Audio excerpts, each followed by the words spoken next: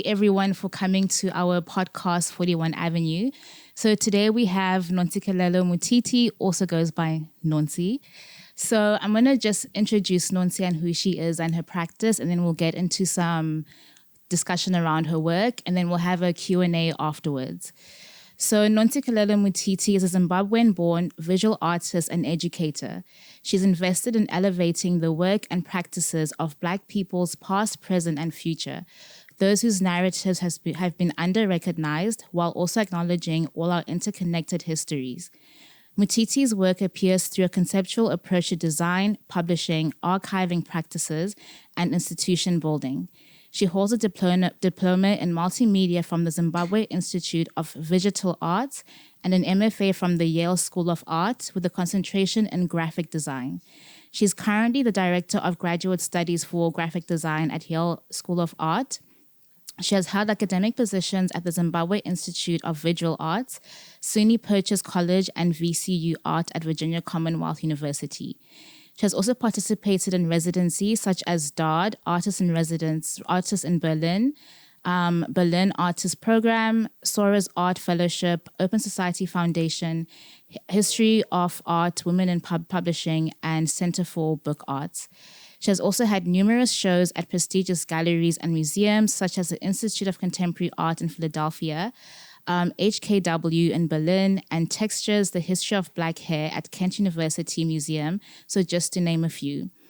We are honored to have her at 41 Avenue, and I'm looking forward to our conversation. So, Nontsi, the title of this episode is Kinfolk Mufeswangu, the dialectics of finding home through design. So for those who don't know, Mufeswangu is a Shona colloquial or slang term. It's basically a greeting.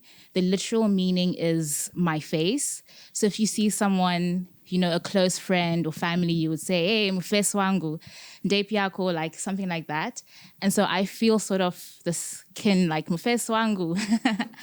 So I'm always interested in that relationship with you in terms of your kinfolk and your relationship building, because I think there's a kind of space where we see each other, like we see each other in ourselves, we see our faces in ourselves. So I'm interested, I guess, in discussing sort of how do you maintain your community, or how have you built your community up, especially having a practice that traverses both internationally but also locally. Okay. Thank you so much, Leona, and everyone who's here. It's so amazing to be in the space, to be speaking in Africa. I don't have many opportunities to do that. So I also feel that, building sense of kinship here, and kind of emotional to be sitting with one of my closest people that I haven't seen in a while. To speak about relationship building, traveling abroad for me to do my master's degree was quite tough. You're in a space where you see other people who have a similar skin color to you, but your trajectories, your histories are quite different. And it creates a huge break, actually, between communities that are Black African, Afro-Caribbean, and Black American, and, also Europeans of African descent.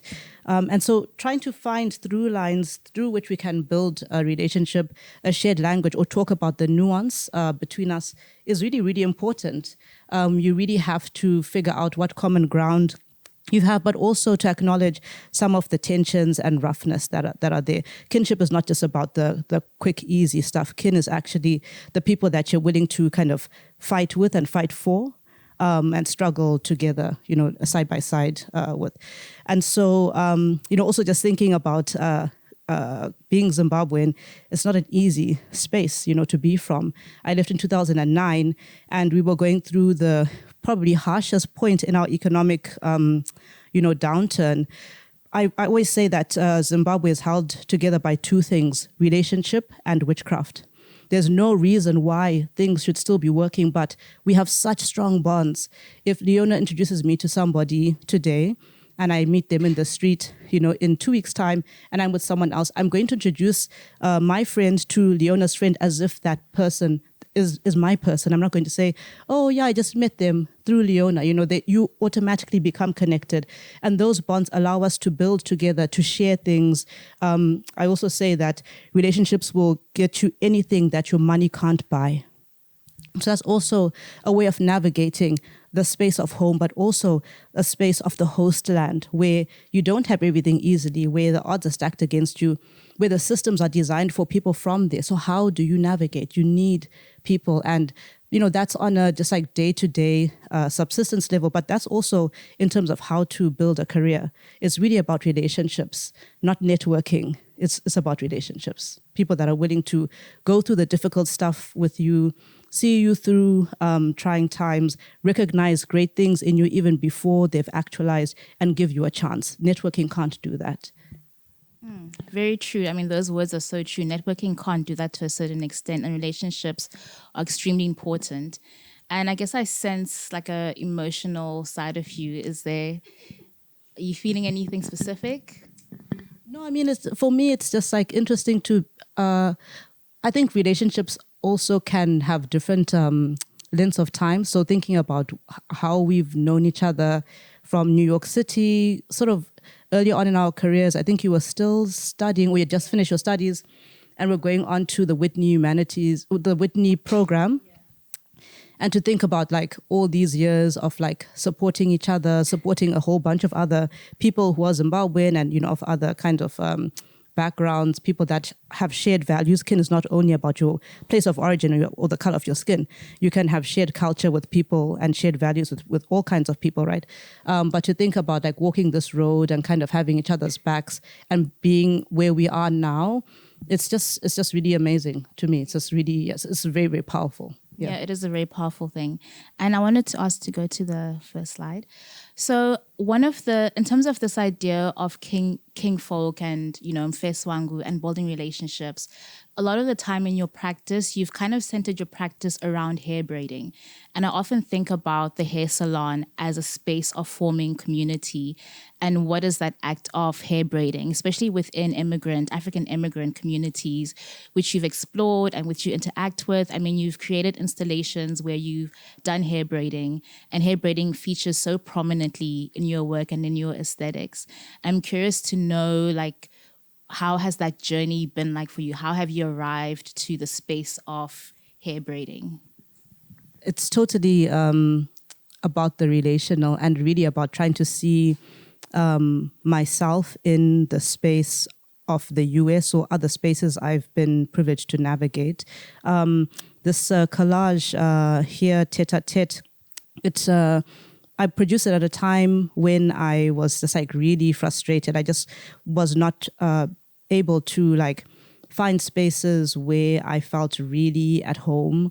I was looking at a lot of publications of like from the 70s around the Black Power movement, trying to understand like how Black America connects to Black Africa. What were the moments of, kind of working together? And that was mainly around like the civil rights movement, when also African nations were fighting for independence. And so there was a collaboration between leadership, in these two spaces, all working towards freedom.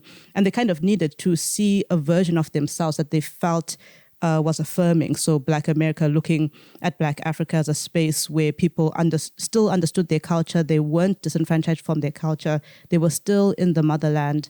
And there was something that was like supportive for that community to kind of look back at us, and then Black Africa looking at Black Americans, thinking about how they were fighting for their liberation, and fighting for equity. And really people like Stokely Carmichael and Miriam Makeba and all these different kinds of people, Nina Simone, becoming like tight kin and really building a movement, not just through thinking about pushing legislation, but using the arts to raise their voices and kind of create consciousness around that. So I was looking in some publications and I came across this book that was made in the 70s called Traditional Hairstyles for the Black Woman. And it was produced by amateur photographer who was Ghanaian, working in the 70s, just really walking around his neighborhood, snapping, images. And it reminds me a lot of the kind of work that J.D. Ojekere did, which were more like studio portraits. But this was all just like shot on the street level. And I started to scan and cut out these images and think about like walking in the streets of Harare, you know, chock-a-block with people, being at the bus stop and hearing all of those sounds, especially Black women laughing. There's this laugh that I love where we go, he he he de, uri. You know, and you have, and the uri, the he he de is one person saying it, and uri is the second person saying it. And when you're saying uri, you kind of clap hands together. That kind of recognition, you know, I was kind of lacking that material in my life. So after making this collage very simply just for myself, I started to go and visit my cousin in Harlem, in New York City, and she'd always go and get her hair done in Harlem. And that's where the hair braiding work came, because suddenly I'm in this Black space that I know. It was almost as if the hair salon had been teleported to New York City. Exactly the same configuration, you know, all the aunties there, somebody coming in selling sweets, selling socks, selling rat poison, somebody else bringing in food, somebody dropping off the granny because they need to go and do other things, some kid running around and being shouted at, and everybody watching the television, watching some Nollywood movie, you know, or some kind of religious some sermon being played on the radio. It was exactly the same. And it made me so curious, like, oh, what are these African people doing here? How did they get here? How do they survive here? And I started to make a relationship between what the hair braiders were doing in the salon and what I was doing as a graphic design student. We're all involved in an aesthetic practice. We're all thinking mathematically. We all have to kind of work in a kind of client producer kind of facing where there's a kind of collaboration and a negotiation there. And so again, the relational gets foregrounded. But I didn't really like anyone braiding my hair. Back home, someone comes into your house to get to braid your hair, and you find that hair braider through talking to friends and family.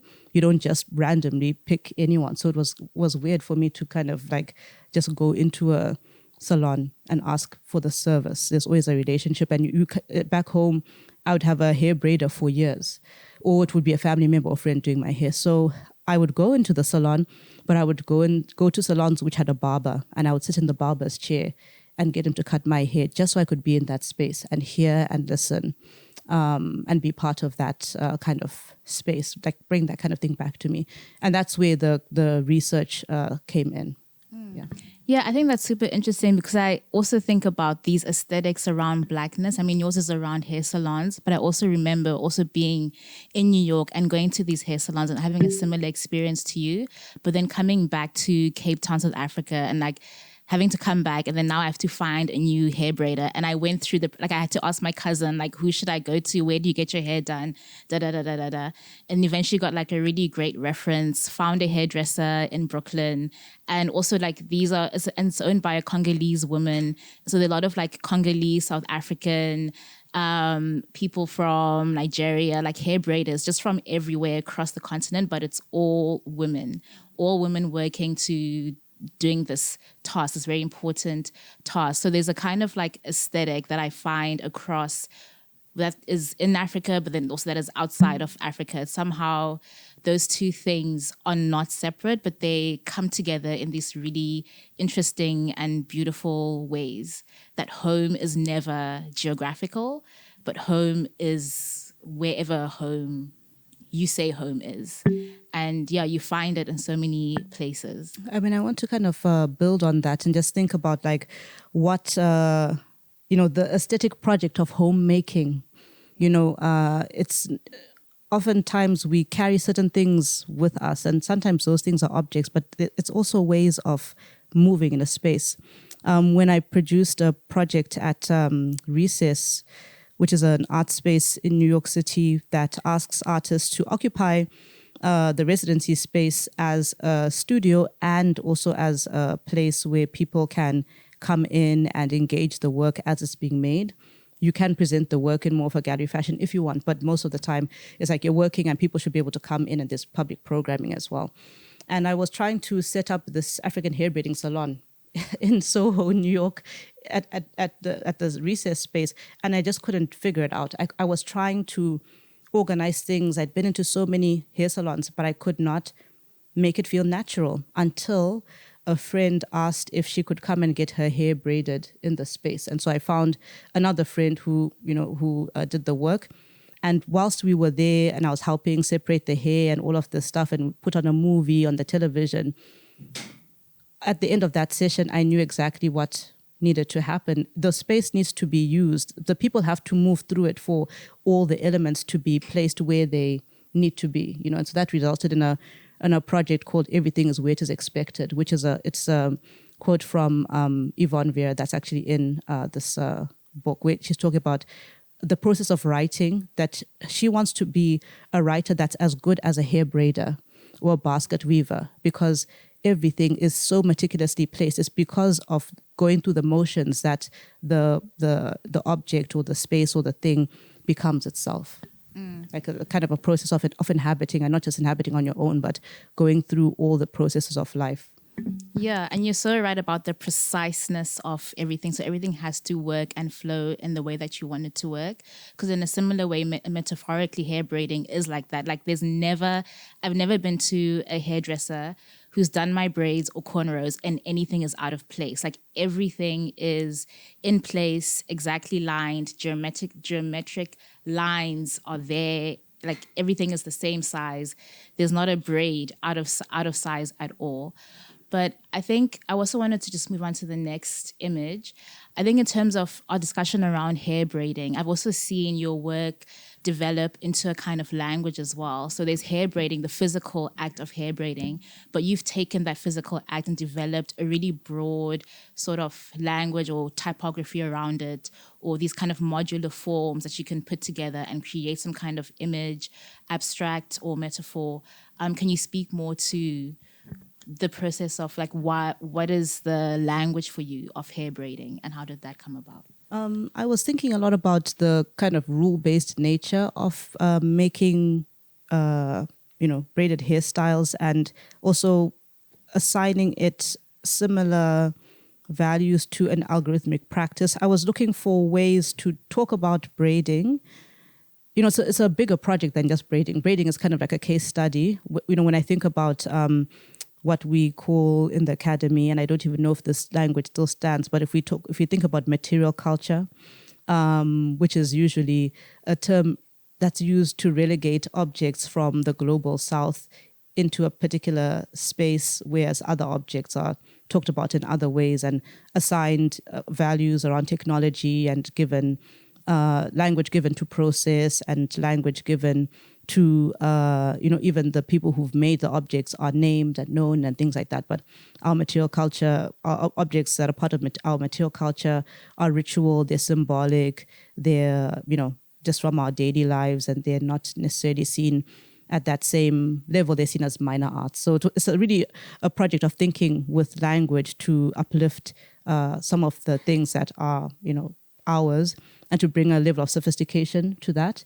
So writing about braiding as an algorithmic practice, which is a rule-based process where all the functions of all the outcomes are so tied to the process, what you write, how you codify the thing, and it's modular. You've got pieces of instructions that you string together.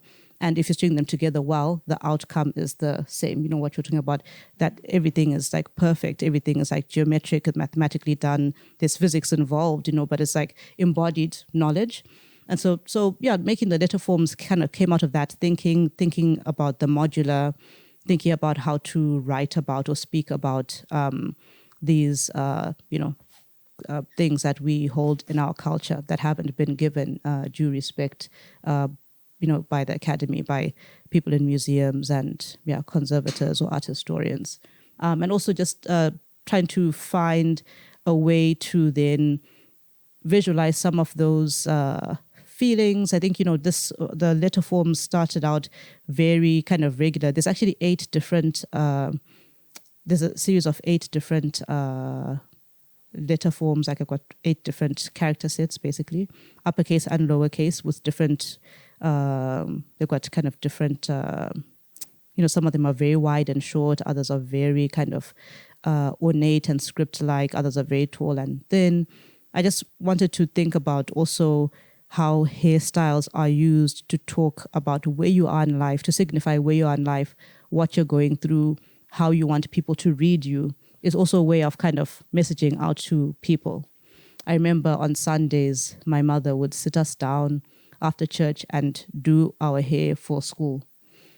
In Black American tradition, everyone gets their hair done on Saturday to get ready for church. When there's an important event, you make sure your hair is done. You want to present yourself, to make a statement about yourself. You want people to know you in a particular way. And so, hair braiding is a language, just like other modes of presentation that we've kind of lost within our, cultural space.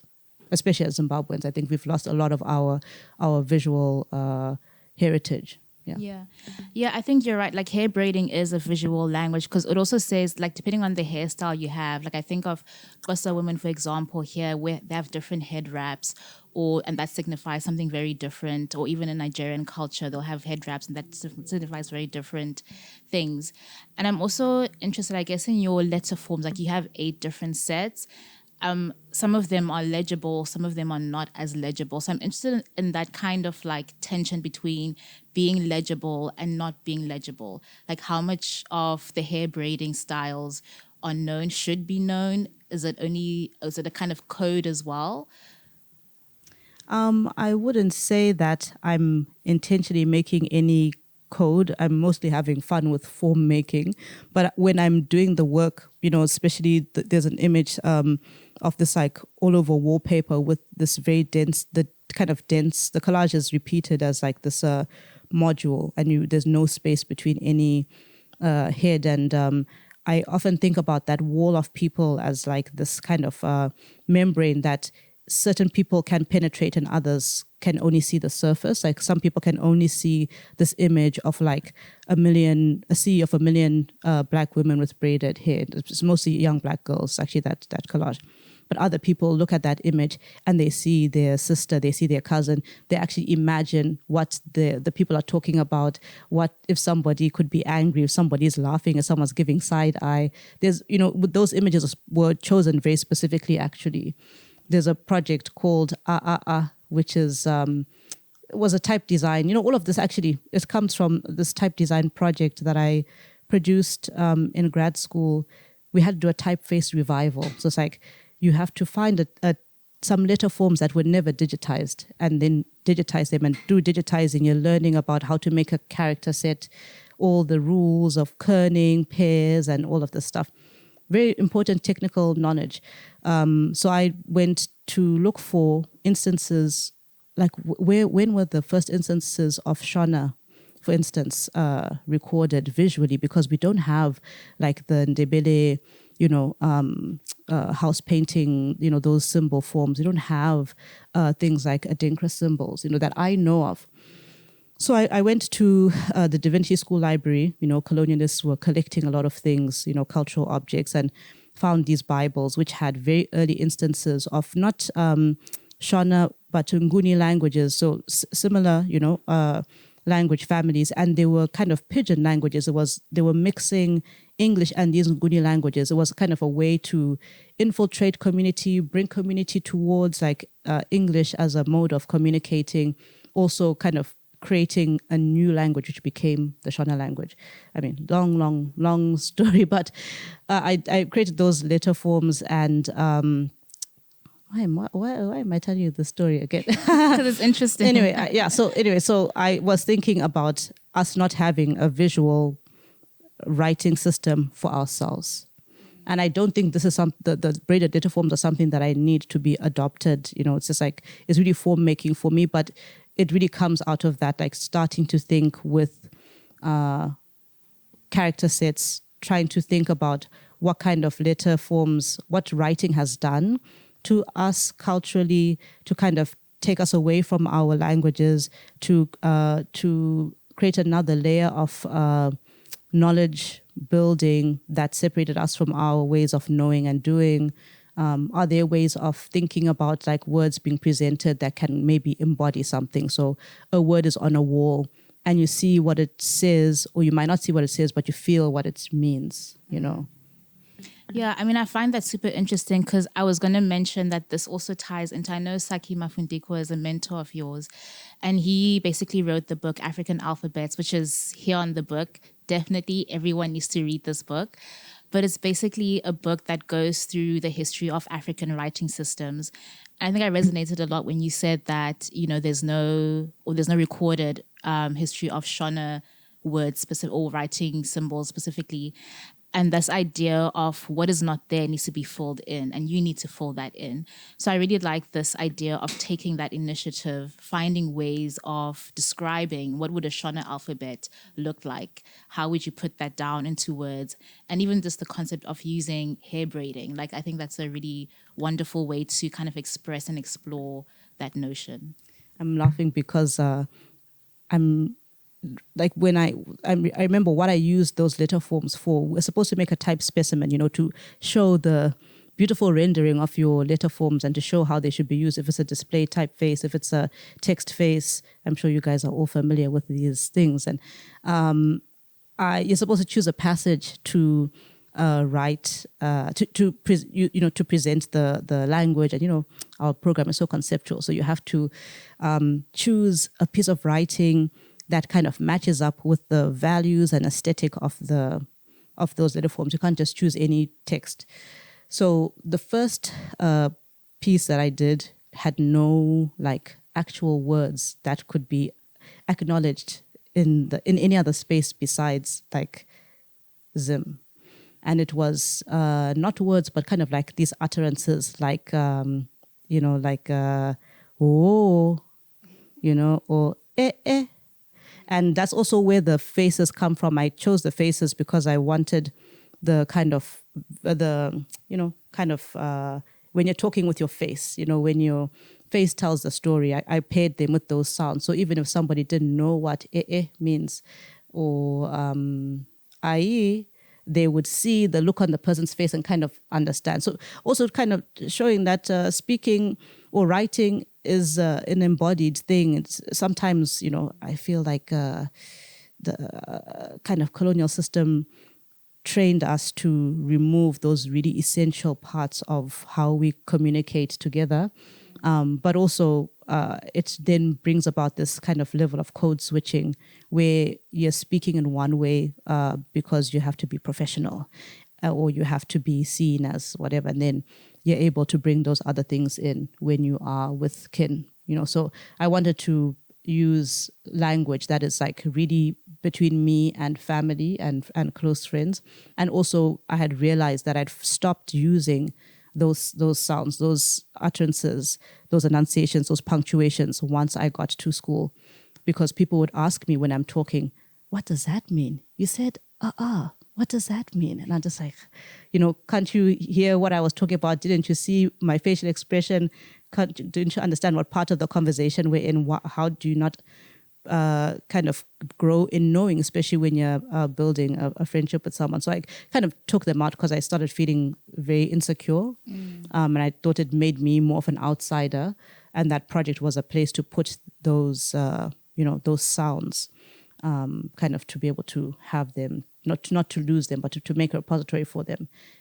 But now I don't censor myself. I talk as myself and I bring people into my world. Yeah, I think that's really important as an artist. Like that we get to that point where you realize that you want to bring your own voice into your work. You're no longer concerned with how will it be received, the critics, the whatnot, but it's about bring people into your space, like you said, and let them experience your world as you see your world. And to not be so worried about translation. Yeah. It's okay for other people to be confused. It's okay for there to be an insider-outsider read. That's normal with any kind of language or life experience. Yeah. And then just to go on to the next set of work. So this is work that you have also created. It's using the hair braiding style as well. But then now you've put them into forms, mostly rectangular and square forms. And I'm curious about this because for me, there's a kind of tension between the way that we read squares and rectangles and geometry being very like Western, modern, high modernism or minimalism. But we obviously know that this language did not begin in that space, that it also has roots within many, many indigenous cultures in Africa as well. So I'm interested in that, like the tension that you've built through this, like bringing together hair braiding and these things, like kind of claiming it, maybe? Yeah, I mean, totally. I remember having an argument with a design professor. Actually, it was not an argument. I was just like very frustrated. We were designing publications and we were just showing work, one-on-one, getting some feedback. And he told me, oh, you need to add more white space at the top of the page, Oh no, a line. You need to add a line at the top of your page. And I was like, why do I need to add a line at the top of my page? They're like, oh, you just need to add a line at the top of your page. It's going to make it more balanced. I'm just like, why do I need to add a line? It's like, if I need to make the page balanced, I can do it in many other things. There was a very prescribed way in which we were being like trained to design or trained to see things. And also the kind of space was being created where I had to look at, the work of like Swiss modernists or like really appreciate what, Wolfgang Weingart and all these, Emil Ruder did. I think what they did was very sophisticated, but you find that also in other kinds of work. I think I can also reference a lot of other spaces where you look at Kuba cloth and other, you look at the Ethiopian textiles and you see how line and space and repetition are being used and flat color being used. But there was a kind of way that we were being instructed where there was just like one kind of thing to respect. And also there wasn't a language that was opening up for people to understand how these things work. Education sometimes separates knowledge from like technique. And I didn't think that was really good or right. And so I really started to investigate like, what is this modernism? Where does it come from? And if it does relate, if it is about, coming from this encounter that Europe had with Africa and saw value in the aesthetic forms and started to be co-opted into works, like the likes of Picasso, and started to also be a mode of thinking, of unifying white culture by asking, white communities to let go of their all the details of like what they have in their own cultural objects. It's actually, sometimes we think it's something that leaves us out, but modernism actually asks us all to leave out our specificity.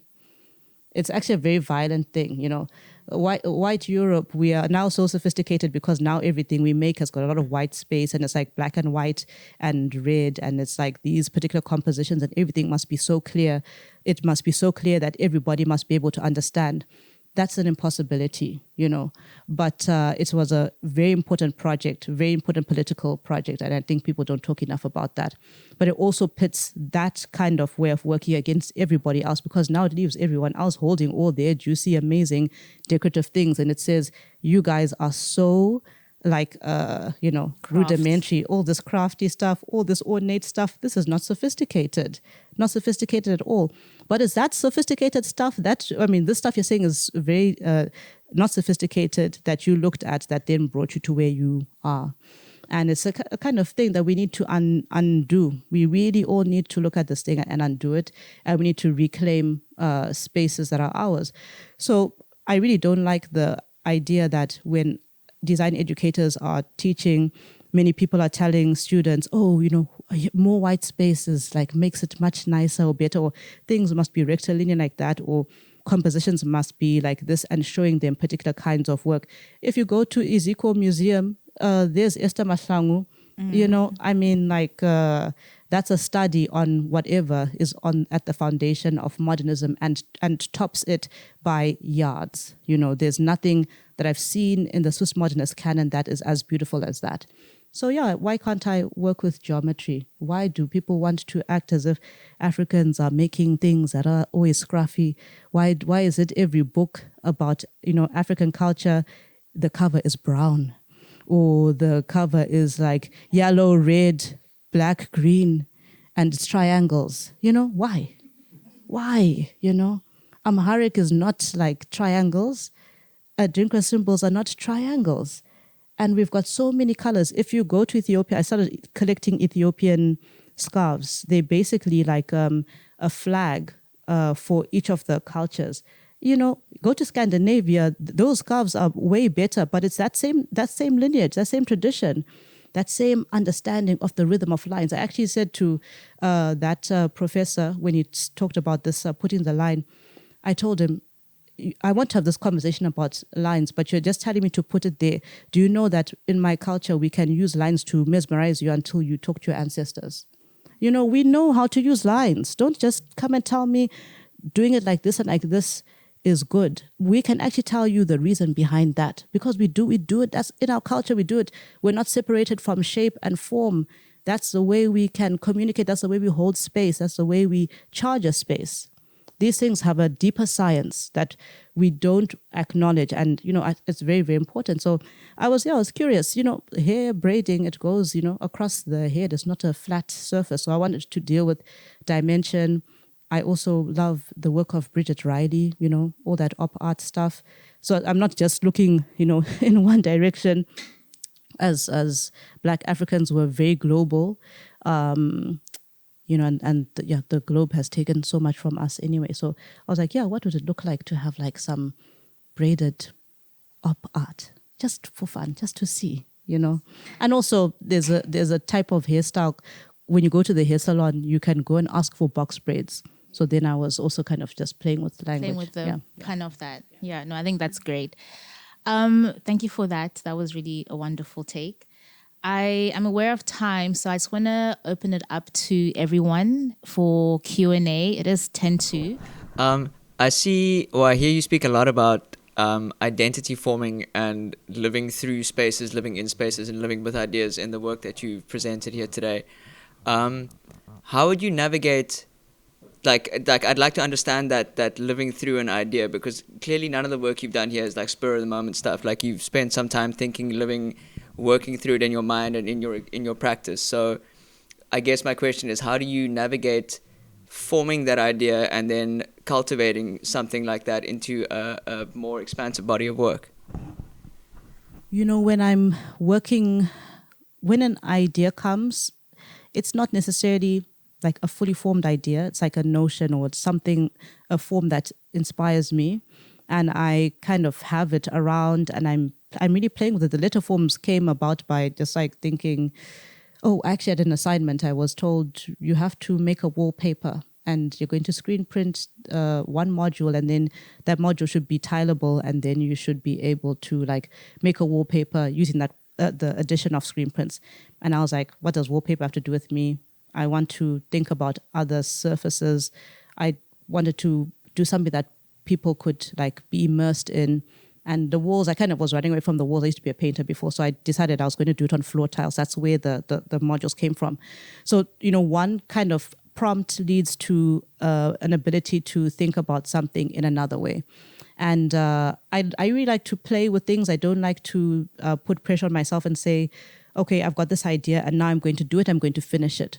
I try to think, okay, how many ways can this thing be opened up? So, you saw the letter forms, but all of those letter forms also can move. They also have, there's many variable characters, so they can shift and change.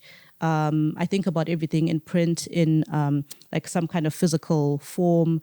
I think about it in motion. I think about it in projection. I think about audio. I think about it in the sequence of pages.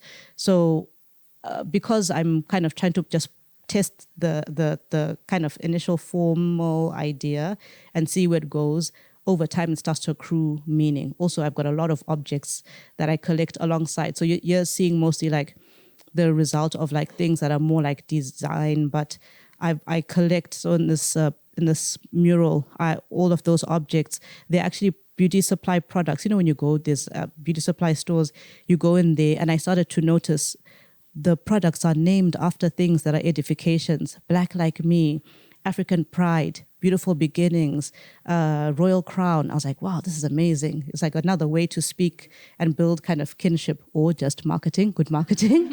And so I collected those things. So, and then I collect black plastic combs, because you've got the black power fist, and then some of them have got a Superman in the middle. So that comb is sitting next to that little area where I'm tiling those little braided things, sitting next to a collage, sitting next to some books, and then ideas start to come together. Because I teach like full time, I don't have a lot of studio time. So my work happens in fits and starts. And sometimes I think those breaks actually have been productive, because it lets me daydream and think about something else, and I bring all of those other things back. My question is, so you speak a lot about hair and its cultural and almost spiritual impact in your culture, and hair is pretty much important to most cultures around the planet. What do you think sets hair apart as a form of expression to other forms of human expression? Our nails, our jewelry. What sets hair apart from that? I don't think I've got a very elaborate answer. I also don't want to I don't want it to be assumed that I'm working around using hair as a material, to mine for my work, because I think it does stand apart. It's something that I came to in a very specific way, because of finding myself in a space, in a particular space. But I do think it's interesting that hair and also nails are part of us, and we kind of it's one part of our body that we really use to make shapes, to tell stories about ourselves. People use their hair in so many different ways, and it's a thing that we've had for generations, centuries. You can tell what community someone comes from. If you look back in the day, this community used to wear their hair like this, and this person in the community has this particular hairstyle because they've got that station, and those people do this kind of work in the community, and so them because of that. It's a way of marking the body. It's already a kind of way to, I don't want to say branding, but it's a way of messaging, and it's already part of you, the beard, these things. And I've always found that fascinating. I find clothes very fascinating. I'm interested in a lot of things. And I was laughing with some students years ago, and I was saying, I want to teach a course that's about body as surface. As designers, we're often making images, and then we put it there. We're printing it there. We're projecting it there. But we are also a moving billboard. The whole day we're messaging different things about ourselves, whether we like it or not. Yeah, so that's where it is for me. I hope to retire as a fashion designer, or jewelry designer, or furniture designer. Yeah, and maybe all the things. And maybe one day I'll own a hair salon. But I think the hair salon will be a school and a screening space and a space for conversation. It for me. The images speak about the kind of technical kind of way, the visual result, but I'm actually more interested in the space of the hair salon and the other kind of tangential things, the products, and yeah. There's a question. Thank you so much just for being here. I think we all really appreciate your presence and your wisdom. I would like to ask a specific question, and maybe just hear your thoughts and ideas around navigating this question. It's inspired by something that was mentioned early in the conversation about relationship building and relationship building in your life and also in your practice. I would like to ask, what do you think is the role of the artist in society in terms of two things? So as I understand the role of the artist, sometimes the artist needs to embody some sort of a prophet role where the artist is alone and walks that small, silent path to spend time on the mountain and, to figure things out or to develop some sort of sacred language. And that takes time, and it means also spending time away from others, which I think is an important part of being an artist. But then there's also an important part which the artist acts more like a shepherd that needs to bring people together and build relationships and be between people and have conversation. How do you navigate between those two roles? Do you think they're both important? Just to hear your thoughts on that. I can't remember who it was, but I think that they're British, and I think they're like somehow related to like power. I think it's like a quote from like some British queen or someone, back in the day, maybe someone in politics. And I'm going to paraphrase, and they said something like artists are like very dangerous because they can move through every layer of society. It's one of the most interesting things about us. We can sit at, and I've actually sat at a table with a real live monarch. I sat in the Royal Palace of Norway, like 3 seats down from the Queen of Norway. Like, so crazy. It was actually so crazy. My older sister is always like, you mean people just fly you around the world and put you up in hotels just because you're doing the thing that you like to do, the thing that you want? Someone's giving you a prize because you're doing the thing you like to do. It's a very specific thing, right? So you're able to sit with people, people do work for presidents and all of these things. But then you're also on the street level. You're actually still you're still a citizen. You still have to deal with your own life, your family, the politics, and all of these things. And half the people in your family don't even know what the hell you do. They don't care. Half the people, you don't care unless they're clients, unless they're part of that kind of chain. So you're going through all of these motions all the time. I love the contradictions of being a creative person. It really allows you to see the complexities of the world. And it makes me sad sometimes when artists then reach a certain status and then they cut themselves off from all of that complexity.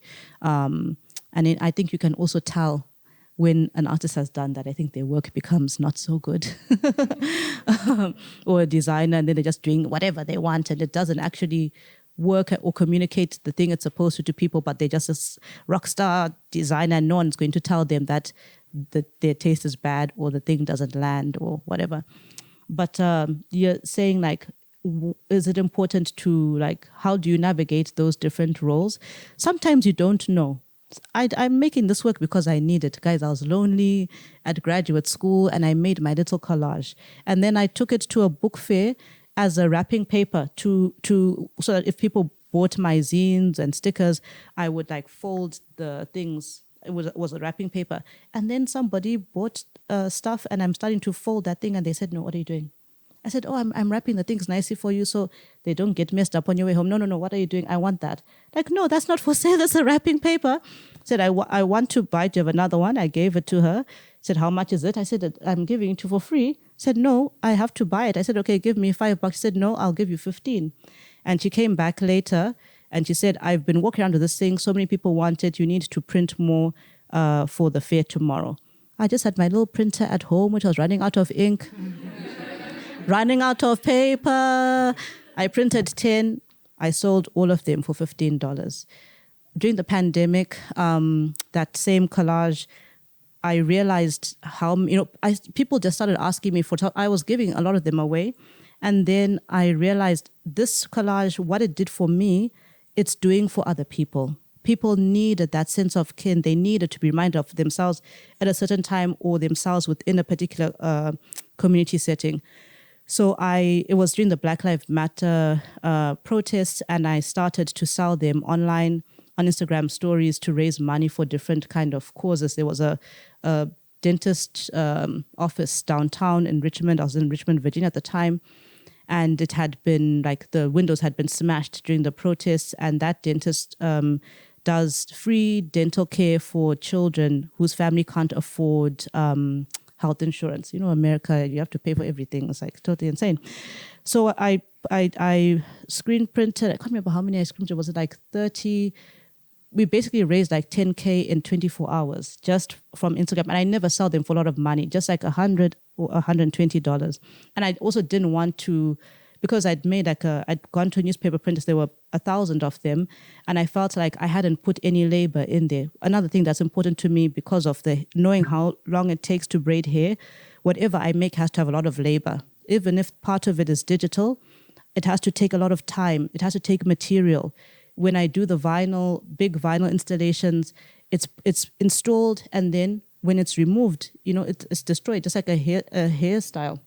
So I'm always thinking with the thing. So I said, okay, I need to do a screen printed layer because it also feels like combing, and I also feel like there's different messages I want to share with people. So I would sell them like that, and I didn't expect that collage was going to do that. But sometimes you're doing something for yourself because you need it and you believe in that thing, and then it touches other people where they are. I also didn't think that anyone would pay attention to the work that I produced, and I was just making zines when I was invited to do this article book. And for me it was important to challenge this book about Africa is yellow, red, and green, black, whatever, triangles and things like that. Though we put triangles in that book, but they're big, fat, fluorescent triangles, and they make all of the content of the book respect them. I listen to them. They push everything out of the way. It's not these neat, tiny little embellishments. It's the content. It's in the center, in the gutter. And I didn't know that the way I was making zines and things for myself, also because I was making zines because I lost confidence. That professor was telling me to do this and that. So I thought maybe I just don't know how to make a book. Everyone else seems to be doing things naturally. He's not telling them, put a line. So, and they're not asking questions about why more space. Clearly, I don't know how to do this. So I was just making little zines, like trying to find containers to put the things I thought were interesting. I didn't realize I was building a language. I didn't realize when people were seeing those things at the book fairs, they were realizing this is what we've needed to be able to articulate who we are. This has more of the energy of us. This has the sensitivity, the textures. This kind of has a sonic resonance. It's not a flat, a dulling. And so sometimes you don't know that you are kind of a forerunner. Sometimes you don't know that you are even an outsider. So, when you think you're so passionate at art school, you think you're doing something, and then you realize your family doesn't care, doesn't know. It's like you're going through those contradictions all the time. And I think if we can embrace them, it's really amazing. It's such a privileged position to be in, being a visual maker. And I know I've been using the word artist, right? I'm not discounting the fact that people often make a separation between art and design, but I'm using it as a term to capture many things because we're all doing many, many things here, right? We're using visuals to communicate, and we're doing things that kind of also transcend even just that kind of client, relationship. Yeah, so... sorry, I don't know if we have time for more questions. Yeah, we need a gender balance, so please. Well, my question has to do with femininity, so I guess that works quite well. But I found your braided cubes very, very impactful, specifically for me. But I think also when you were talking about violently removing kind of organic and detailed and crafty elements from modernism, I thought that was very interesting. I think you used the word violently eradicating it. With your cubes, there's also an element of femininity as well. And talking about modernism and femininity itself being removed from modernism. Yeah, was that also part of your... I didn't think about it in that way. Thank you for bringing that into the frame. It gives me another way to think about this work. Of course, when I think about working in the design field, we call these things fraternities, so that already has a kind of thing.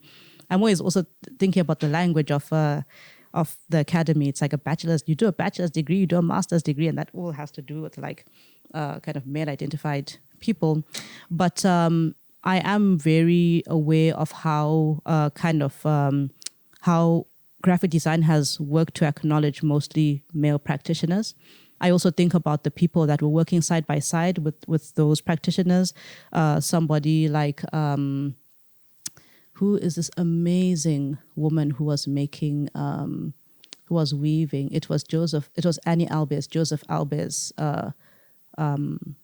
wife. And so whilst he was being championed for all of those color studies, those square paintings, you should look at them, very interesting.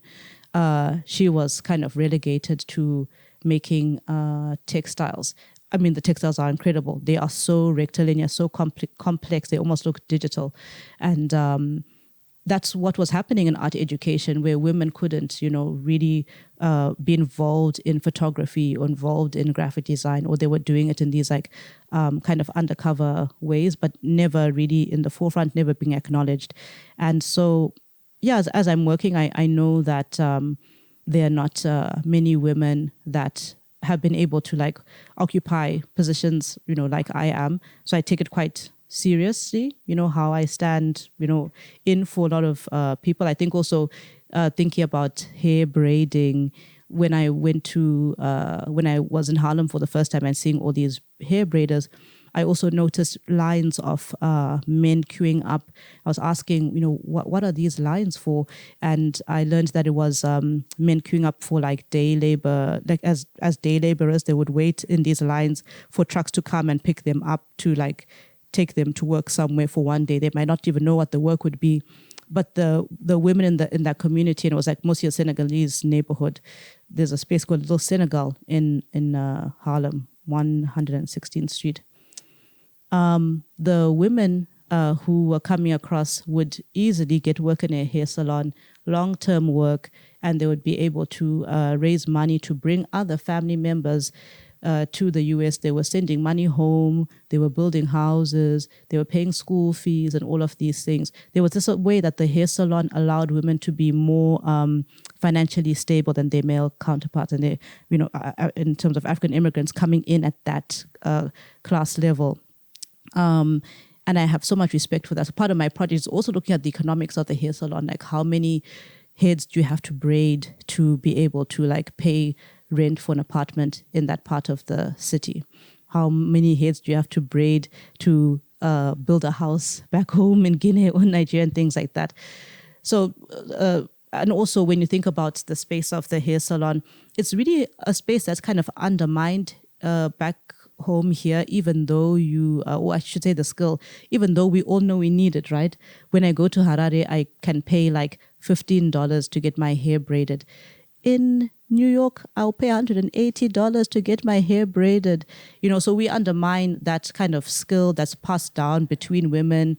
That's happening in a space where it's mostly women sharing their experiences.